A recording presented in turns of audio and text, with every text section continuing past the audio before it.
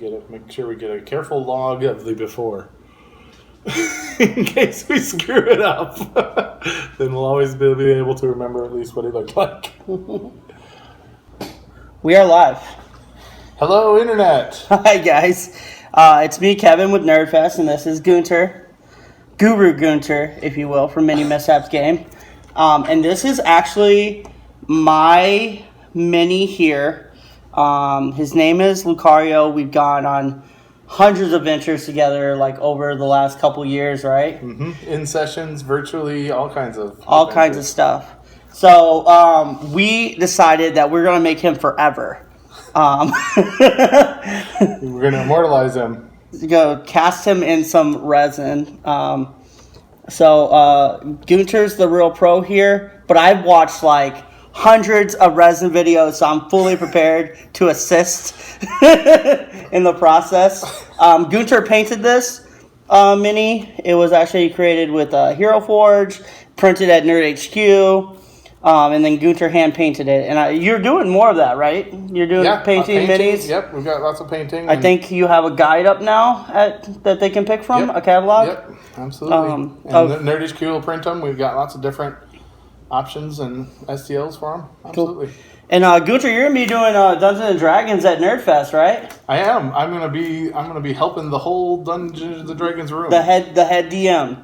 He is the head DM. So you got what, over 25 years? The DM, the Dungeon Master, and he's got what, over 25 years of experience. That's right. Like that. Yep, absolutely. Quarter of a century doing D&D.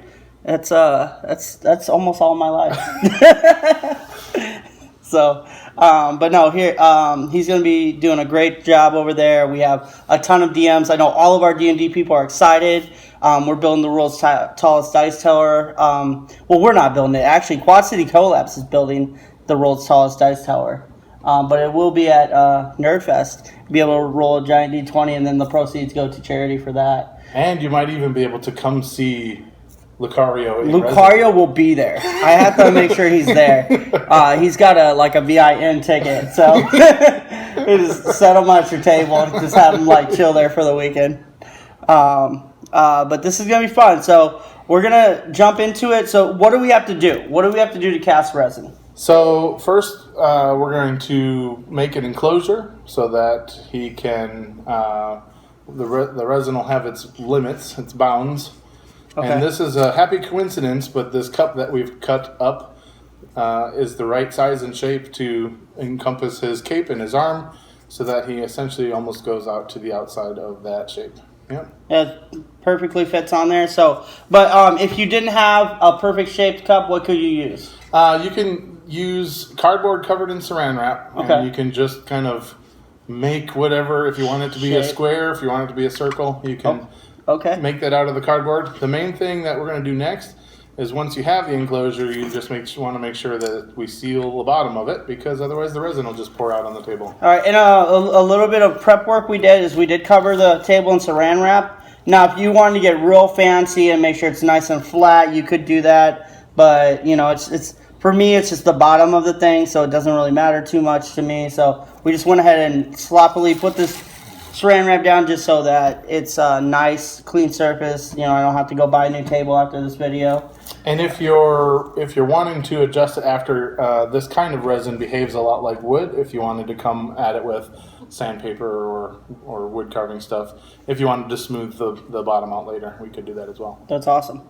All right, so we did that, and now we have our cutout cup, which essentially was just a cup that we cut out the opening to pour, and he cut away to the edge. So when it's hard, I can peel this away. Yep, exactly. And I also cut the top off.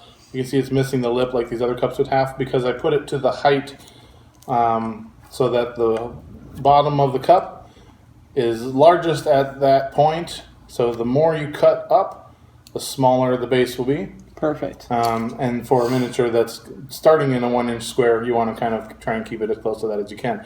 We could put him in the cup this way and pour it. The bottom would definitely be even, but then he would grow from small to big and not be as table stable. Oh, that makes sense. I understand why you didn't do that. Next, we got to seal it. So this is Play-Doh that you picked up on the way here. Yep, at Walgreens. Walgreens is not our sponsor. No, it is not. Neither is Play-Doh. Neither is Play-Doh. So any molding clay would work? Any molding clay. And if you don't have molding clay, you can use a tape or duct tape or anything that you can make an airtight seal. May not need much more than this. Okay. Because it's like battling me. Yeah, this is kind of foamy compared to what I was expecting. Kind of. Yeah, so you're going to make a long, flat plane. Yep. And then essentially you're just going to wrap the bottom. Like so. So you want me to hold this while you do wrap? I trust you more with the wrap. All right, then I'll do it for real here. All right. Give it a little more stretch. I trust you more. I trust you more with the wrap. with the don't pour resin all over the table part. Right, exactly. And I'm over here chiseling resin off my table or floor. All right, so we've got that, and now essentially we have to go around and pinch down the whole bottom. I can help with that. Yep, and gently pinch up the whole top. Because we want it to maintain its shape, right? We want it to make sure it doesn't pour out the floor. If it comes around and rises up through the top, it's not the end of the world. Because there won't be a ton, because if it comes to here, then only a little bit will come out. But yeah, the main thing is we want to make sure you don't break that. You don't want any corners poking into your resin. There you go. So now it should be flush again. You should be good. So right now we got this really cool volcano, like back in elementary school, right? A Lucario volcano. A Lucario volcano encased in resin. All right. Now this resin. Tell us about this resin. So I picked up at Hobby Lobby. It's usually used for like airplane and tank modeling, car modeling. But you literally, if you want it clear, you could use polyurethane floor, gym floor stuff if you wanted to. This resin is made for casting and mold casting, so it won't heat up to the point that some resins will. Okay. Which the trouble is if you have a resin that you have too much volume and it heats up, it can bubble, it can bulge outward, or it can yellow. It can chemically kind of burn itself as well, because that's what happens is the two parts will cause each other to heat and set. Mm-hmm. And I picked this one. The reason that we're doing the 24-hour one is they have ones that set up in like 20 minutes, but that's a much faster and much hotter scenario. But that might damage our 3D prints. At this. More like you may not get it to set all the way through, and I don't know of any fast resin that's clear. All right. So you just end up with a bowling pin inside there and no Lucario. Right, and we want Lucario to be seen. Yep. That's the whole purpose of this. So he's gonna be overnight or for at least 8 hours in the resin while it sets. We are gonna be eating on the couch tonight. Just around the very, very resiny centerpiece. Right. Yep. All right. So now we've got our 2 cups. These are going to be equal parts. So it's literally just pour in. If you're opening resin the first time, big triangle for pouring, little spot for an air hole. That'll keep it from kind of globbing and bubbling. And are you measured or eyeballing this? I'm going to eyeball this.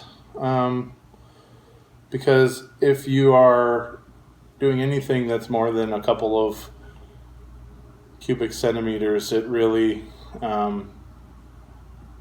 you only need enough activator to turn the resin solid. But if you have a little extra activator, it doesn't hurt anything. Okay. So I'm going to do about 1/3 of a cup of each. We can mix more if we have to. I brought more cups. This is the exciting part for all of you at home, that you can't see anything except that I'm holding a cup. Oh, they can see everything. Awesome. We actually have quite a few people watching live. Sweet. Hi, everybody. Oh, Hi, guys. Welcome. So. And then if you're me, the next step you have to make sure of is that you don't pour out of the same bottle twice, because then nothing will happen and you'll just have goo. Well, we don't want goo. No. So put that one over there so we know we did that one. So that's A side and B side. Yep, exactly. Yeah, if you have enough wherewithal to do that reading, that also helps. And I'm supposed to mix this with this popsicle stick, right? Eventually, when we put them together, we'll be mixing them, yep. Okay. And when you mix them, it's going to be slow, and you're kind of folding the resin on top of itself because you're trying as much as we can to avoid bubbles. Okay. So slow and no bubbles. And don't have a heart attack if there are a little bit of bubbles, because we can just pour them over the edge, stretch them over the edge when we pour it into there. And that'll take out any bubbles that we missed. All right, that should be about perfect. That looks pretty good to me. Cool. All right. Then I pour this one into that one. Yeah, because the part A pours more readily, so you won't have to wait the 2 hours for that one to pour slow, because the other one's like molasses. Yep, real slow, both on the pour and on the stir in. Awesome.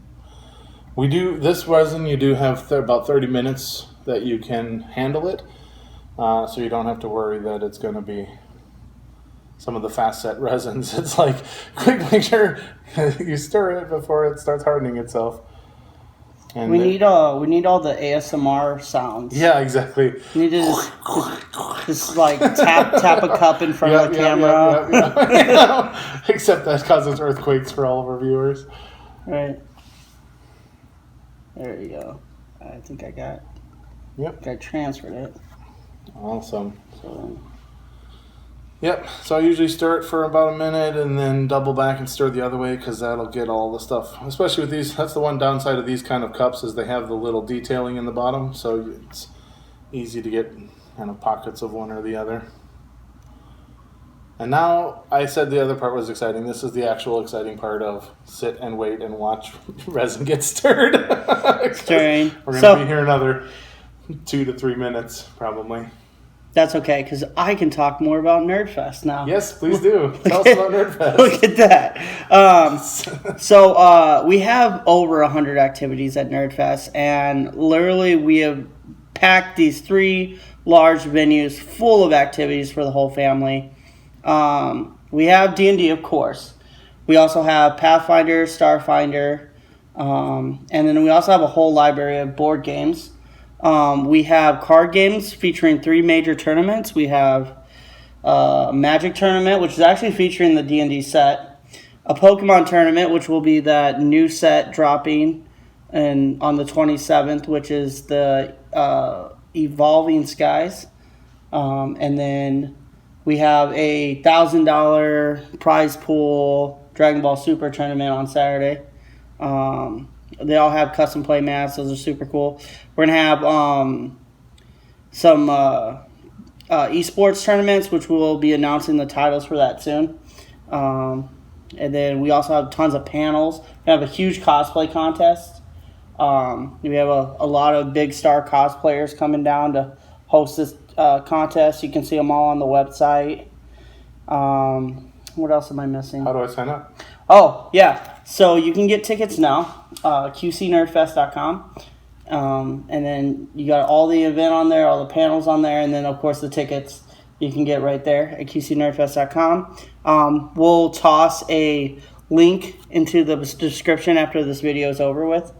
And then there's also, you're following from the page now, so there's also a link on the page. So, to get tickets. We have, I feel like I'm forgetting stuff. Oh, we have Code Ninja coming. They're going to do some kind of STEM coding workshop stuff. Girl Scouts also is coming to do some coding workshop and stuff. They're going to be doing giveaways. We have 38 plus vendors right now. Like, it's awesome. Yeah, we're sold out of vendor space. Right now our vendors are all full. And then we also have about 8 artist space left, and then our artist arena will be full as well. So what do they do in the artist arena? We have anywhere from print art, crocheted art, crafts kind of stuff up there. I know one of the girls does crocheted Pokemon characters. I know we have a lot of painting artists where they'll have like prints that you can get. I'm trying to think what else is up there. I think we have a couple authors that are going to be selling books up there. Cool. As well. So I think our resin is about ready to get poured there. Awesome. So put that one in this one. There you go. All right. So you want to slow pour, and you want it to go land on the top of his head at the same point. Whoa, real slow. Too Like as fast. small a drop as you can make it. We're doing real good because there aren't a lot of bubbles, but the bubbles can come out from an arm or a knee or different points in the miniature as well. And then you want to stop when it's just above the top of his head. So we'll have don't worry that we have a little extra resin. You don't have to pour it in. You actually don't want it to go above this because then you'll have that corner in there as well. You're doing awesome. Getting all the bubbles out. Thanks. I haven't seen a single bubble go by. It's probably just beginner's luck. So the other reason that you pour onto the miniature at the top of the head is that the shape will sort of wick the resin down, and it'll also give it a surface to get another way to get the bubbles out as well. So you're coming up. Can you see the back of the cup where it's Yeah, I can see. filling? I can see the resin. Awesome. I can see straight into it too.